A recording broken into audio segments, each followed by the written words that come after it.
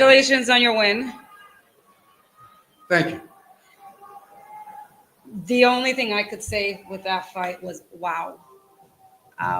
Just wow. You just went like. I mean, anybody who didn't watch this fight just missed the fight of the year. I mean, at this point, you never seem to disappoint. Appreciate that. I mean, I saw the thing and it said 28 years old, and I'm like, wow. Time has flown by. For me too. And you have done an amazing job. I never thought I could see you do better and leave me speechless with your performance. How are you feeling? I'm actually not very sore. I feel swollen, but I wouldn't say it hurts yet. You know, as a fan, I love watching wars too. As a fighter, I don't want to be in them. Like Davis kept saying, I guarantee it's going to be fight of the night. I guarantee it's going to be fight of the night. And he was right. I was looking for performance of the night. I want to go in there, dominate, not get touched, and absolutely flatten the guy. That's not going to happen every time in a fight. But I need to go back and see what I could have done better and why I look the way that I look to make sure it doesn't happen going forward. So that's my honest assessment of how I'm feeling. Not to say that I'm not grateful and happy that I won. I dug deep and got the job done, but would have liked to have done it cleaner. When you felt the blood coming down, did it affect the way you were thinking, the way you were processing everything? I noticed it, but I didn't care. Just a little bit of blood.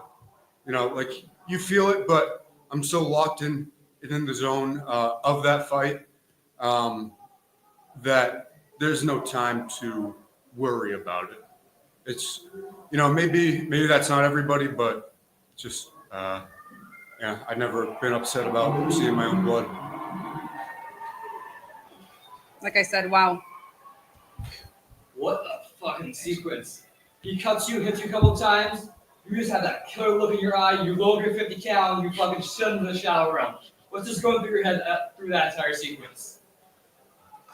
I was just fighting, man. I was just trying to see the shots that were open, and I just kept going and kept going and kept going, kept digging.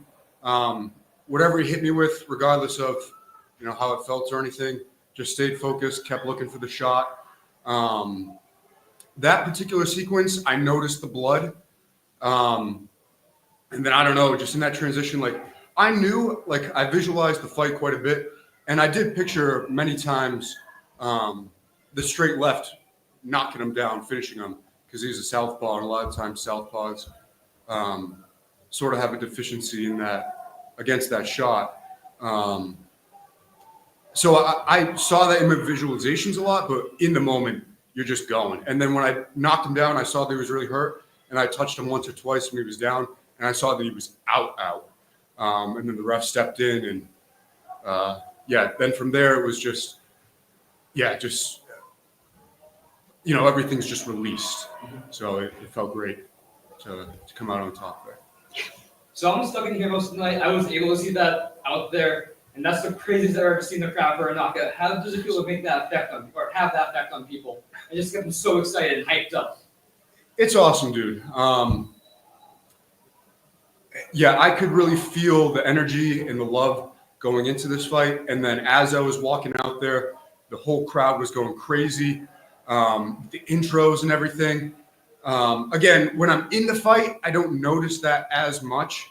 But as a fan, I love that I can give people that feeling.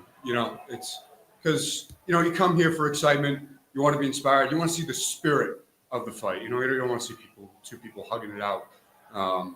So, to be able to give that is good. I'm grateful to that I can be an example of this fighting spirit in that way. And like you said at the press conference, you were peppering with the kicks, these beautiful kicks.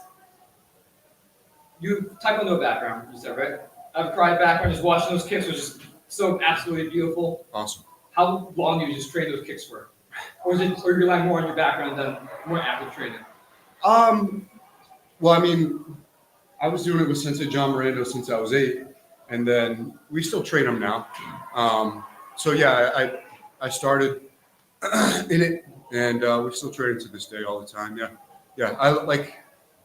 I think it's a super underrated style. Like, obviously, you can't have Taekwondo alone in MMA today, but there's no better martial art for kicks. I think a good Taekwondo or karate guy really schools a Muay Thai guy when it comes to kicks. And I think a lot of people think the opposite, but honestly, I think it's because a lot of like the traditional schools didn't spar a lot. So like when they got hit, they didn't really know what to do. But I think if you do spar and you do know how to address the Muay Thai weapons, then the traditional style is superior, in my opinion.